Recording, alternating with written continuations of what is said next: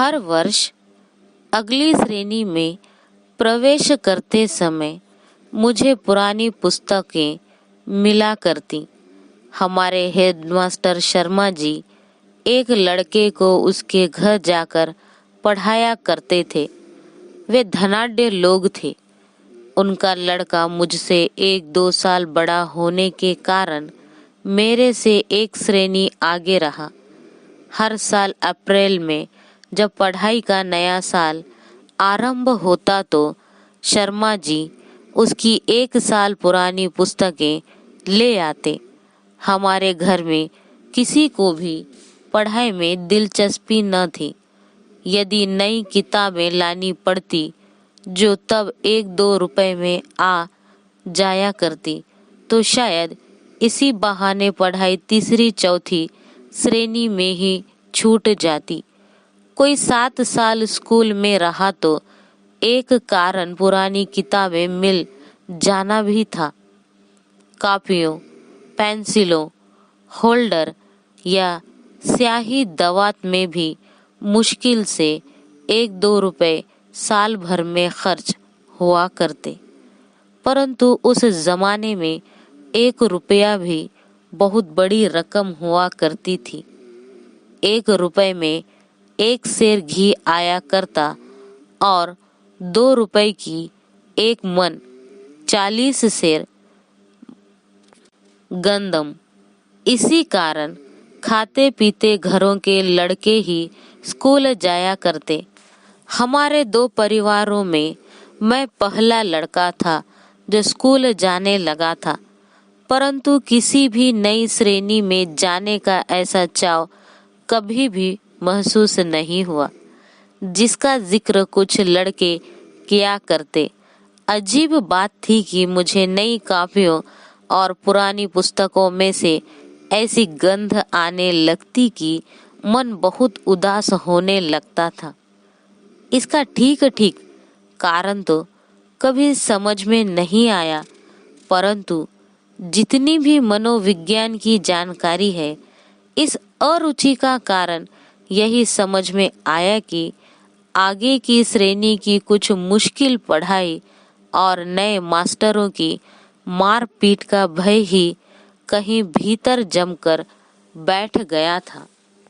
सभी तो नए न होते थे, परंतु 2-3 हर साल ही वह होते जो कि छोटी श्रेणी में नहीं पढ़ाते थे। कुछ ऐसी भी भावना थी कि अधिक अध्यापक 1 साल में ऐसी अपेक्षा करने लगते कि जैसे हम हरफन मौला हो गए हों। यदि उनकी आशाओं पर पूरे नहीं हो पाते तो कुछ तो जैसे चमड़ी उधेड़ देने को तैयार रहते।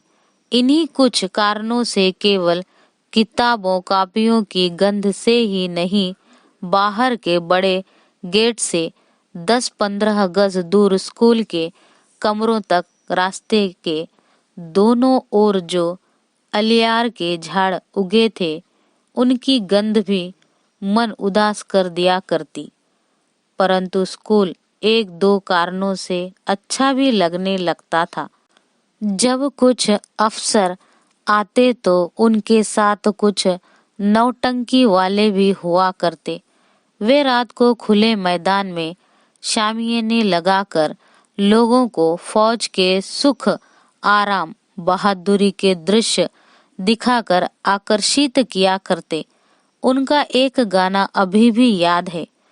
कुछ मस्खरे अजीब सी वर्दियां पहने और अच्छे बड़े फौजी बूट पहने गाया करते। भर्ती हो जा रे रंग रूट, भर्ती हो जा रे, अठे मिले सै टूटे लीतर, उठे मिलेंदे बूट, भर्ती हो जा रे रंग रूट, अठे पहन से फटे पुराने, उठे मिलेंगे सूट। भर्ती हो जा रे रंग रूट। इन्हीं बातों से आकर्षित हो कुछ नौजवान भर्ती के लिए तैयार हो जाया करते। कभी कभी हमें भी महसूस होता कि हम भी फौजी जवानों से कम नहीं।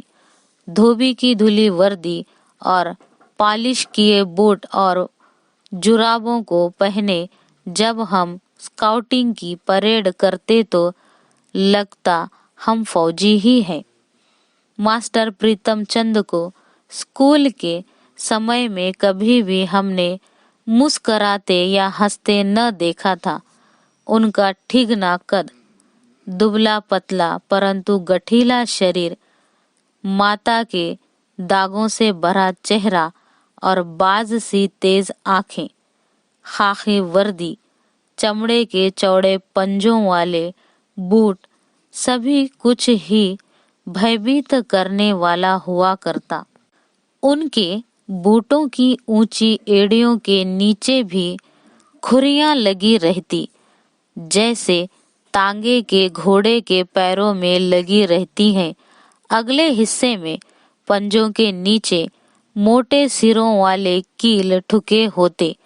यदि वह सख्त जगह पर भी चलते तो खुरियों और कीलों के निशान वहां भी दिखाई देते। हम ध्यान से देखते, इतने बड़े और भारी भारी बूट पहनने के बावजूद उनके टखनों में कहीं मोच तक नहीं आती थी।